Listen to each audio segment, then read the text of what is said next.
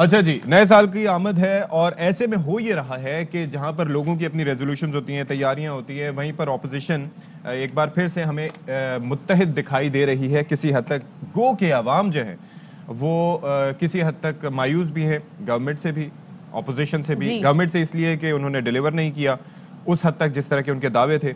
Opposition से इसलिए कि जिस तरह से उन्हें अवामी आवाज़ उठाने के लिए मैदान में आना चाहिए था वो आई नहीं। लेकिन अब कुछ डिफरेंट हो सकता है, और वो इस तरह से हो सकता है कि मौलाना फजल रहमान साहब ने पहले भी लॉन्ग मार्च का कहा था और अब वो भरपूर तैयारी में आ गए हैं और उन्होंने कहा कि 23 मार्च को हम लॉन्ग मार्च हर हालत में करेंगे और कौम जो है वो इस्लामाबाद की तरफ मार्च करेगी। लेकिन वजीर दाखिला शेख रशीद साहब पहले तो यही कहते रहे कि लॉन्ग मार्च की सिर्फ बातें होती हैं, लॉन्ग मार्च होना नहीं है, पीडीएम एक पेज पर नहीं है। लेकिन अब इस बार उन्होंने कहा कि आप थोड़ा सा आगे कर लें, 23 मार्च की जगह आप 30 मार्च को लॉन्ग मार्च प्लान कर लें। लेकिन मौलाना साहब डट गए हैं, जिद पर अड़े हुए हैं और उन्होंने कहा जी 23 मार्च को ही होगा।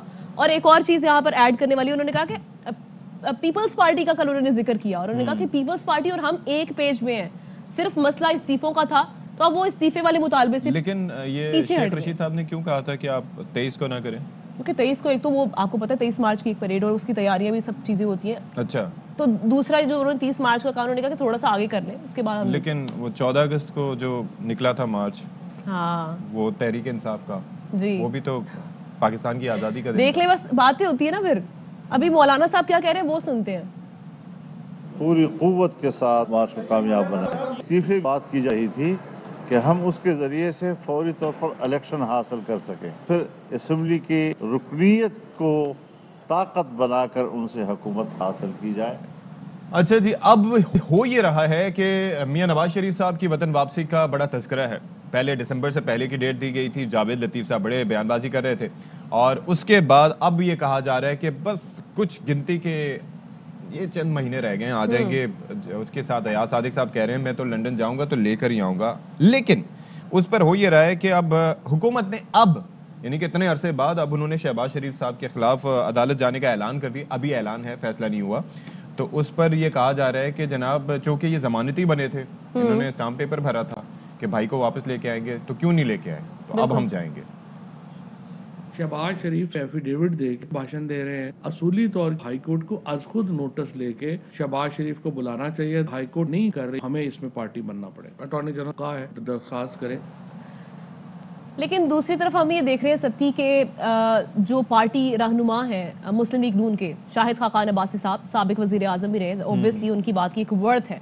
वो ये कह रहे हैं कि जो पार्टी रहनुमा बयानात दे रहे हैं कि नवाज शरीफ साहब वापस आ रहे हैं, जैसे जावेद लतीफ़ साहब ने भी कहा, फिर मरियम साहिबा ने भी ये इशारा दे दिया। लेकिन अब वो ये कह रहे हैं कि नवाज शरीफ साहब जो है वो इलाज करा कर ही वापस आएंगे। ये पार्टी मौक़िफ़ नहीं है कि नवाज शरीफ वापस आ रहे हैं। अगर वो ठीक होंगे तो वो उनका अपना ज़ाती फैसला है कि उन्होंने आना हुआ तो आ जाएंगे। जबकि एहसन इकबाल साहब क्या कह रहे हैं वो भी आपको सुनवा देते हैं। ये हुकूमत सुबह शाम नवाज शरीफ फोबिया में मुब्तला है और जब ये सोते हैं तो ख्वाब में भी ये नवाज शरीफ को देखकर हड़बड़ाकर उठ बैठते हैं। इनकी पूरी काबीना का इजलास नवाज शरीफ के ऊपर होता है। इनको कोई फिक्र नहीं, पाकिस्तान के अवाम महंगाई में कुचले जा चुके हैं। इनको बस एक फिक्र है कि नवाज शरीफ ना आ जाए। नवाज शरीफ आ गया तो क्या होगा? इंशाअल्लाह ताला नवाज शरीफ भी अब आएगा, मुस्लिम लीग नून भी वापस आएगी। वो जाली हुकूमत जो धांधली का मैंडेट लेकर आई थी, अब उसके वापस पिविलियन में जाने का वक्त हो गया है। जो मिनी बजट अवाम पर लादा गया है 350 अरब रुपए के टैक्सों के साथ, ये पाकिस्तान के अवाम की चीखें निकलवाएंगे। ये कहते थे मैं इन्हें रुलाऊंगा, अब बात रुलाने से आगे चली गई है। ये अवाम की चीखें निकलवा रहे हैं।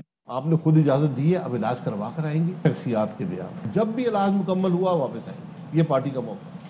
अच्छा जी, अब इसी पर बात ज़रा कर लेते हैं थोड़ा सा, गवर्नमेंट क्या सोच रही है। फ़रूख हबीब साहब हमें ज्वाइन कर रहे हैं, पाकिस्तान तहरीक इंसाफ के रहनुमा भी हैं और वज़ीर ममलकत बराए इत्तलात व नशरियात भी हैं। तो फ़रूख हबीब साहब बहुत शुक्रिया, आपने बाखबर सवेरा के लिए वक्त निकाला। ये अब ज़रा कहिएगा कि सब चीज़ें, सब धमकियाँ शमकियाँ, सब बयानात, सब नज़रअंदाज करके वो ये कह रहे हैं कि हमने एक तो लॉन्ग मार्च करना है और दूसरा करना है तो 23 मार्च को ही करना है। अब क्या करेंगे आप? पीडीएम ने पहले भी कई बार जो है वो लॉन्ग मार्चेस अनाउंस किए हैं। इससे पहले भी कई बार उन्होंने लॉन्ग मार्च करके भी देखे हैं। हुकूमत का कुछ नहीं वो बिगाड़ सके। असल में बुनियादी तौर पे मामला क्या है? मामला ये है कि ये मुस्तरद शुदा लोग हैं, इक़्तिदार से बाहर हैं। फजल रहमान जो है, इनको अवाम ने मुस्तरद किया, इनको इक़्तिदार नहीं मिला।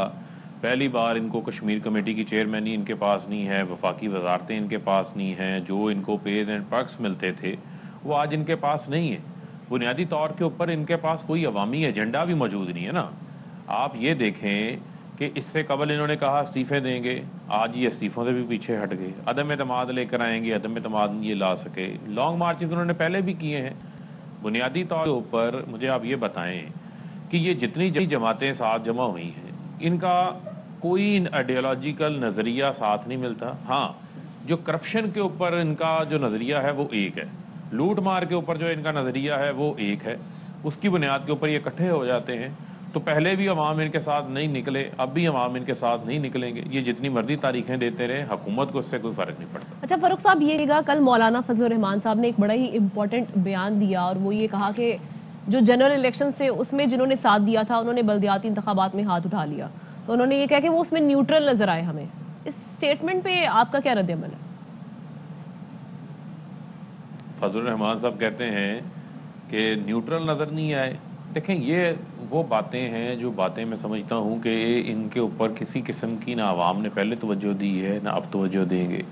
बुनियादी तौर के ऊपर 2018 के जो इंतखाबात थे वो साफ शफाफ इंतखाबात थे, उसके ऊपर भारी अक्सरियत से लोगों ने 1,70,00,000 वोट दिए वज़ीर आज़म इमरान खान को, और इमरान खान साहब को वज़ीर आज़म बनाया उन्होंने। अगर धांधली थी तो मुझे आप ये बताएं कि ये अपने बेटे को तो पहले पार्लियामेंट से बाहर निकाल लेते, लोगों को तो ये इस्तीफ़ों का जो है वो उनको तरगीब देते रहे हैं कि आप इस्तीफ़े दें, लेकिन इनकी पार्टी भी पार्लियामेंट में मौजूद रही। इसी पार्लियामेंट से जो है फजल रहमान सदर का वोट लेने भी आ गए थे।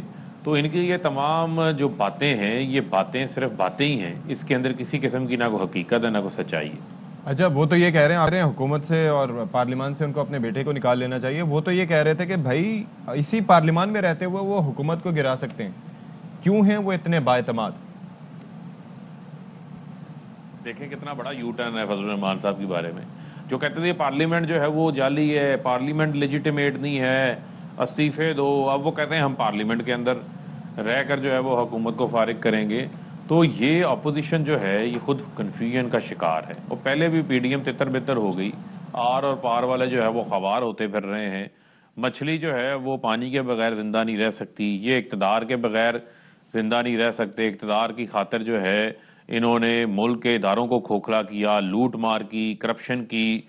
फजल रहमान को नवाज शरीफ की करप्शन नज़र नहीं आती, आसिफ अली जरदारी की करप्शन नज़र नहीं आती, क्योंकि फजल रहमान साहब खुद इनके हाथ जो हैं वो करप्शन से रंगे हुए हैं। यही वजह है कि ये तमाम जो करप्शन के ज़्यादा लोग हैं ये उस टोले के जो है वो सरबराह बने। अच्छा फ़ारूक साहब, ये कहिएगा आपकी हुकूमत ने नवाज शरीफ को लाने से मुतालिक कमर कस ली है, कहाँ तक कोशिशें पहुँची हैं? और दूसरी बात ये कि जिस तरह से मौलाना फजल रहमान साहब ने भी नवाज शरीफ को इस्तकामत के साथ वतन वापसी की दुआ दी है, क्या कहेंगे?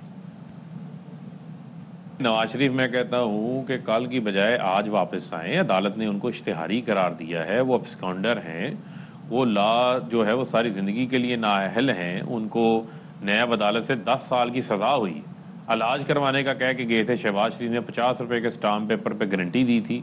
अब शहबाज शरीफ उस जिम्मेदारी को पूरा करें ना, लाएँ नवाज शरीफ को वापस, अपने भाई को।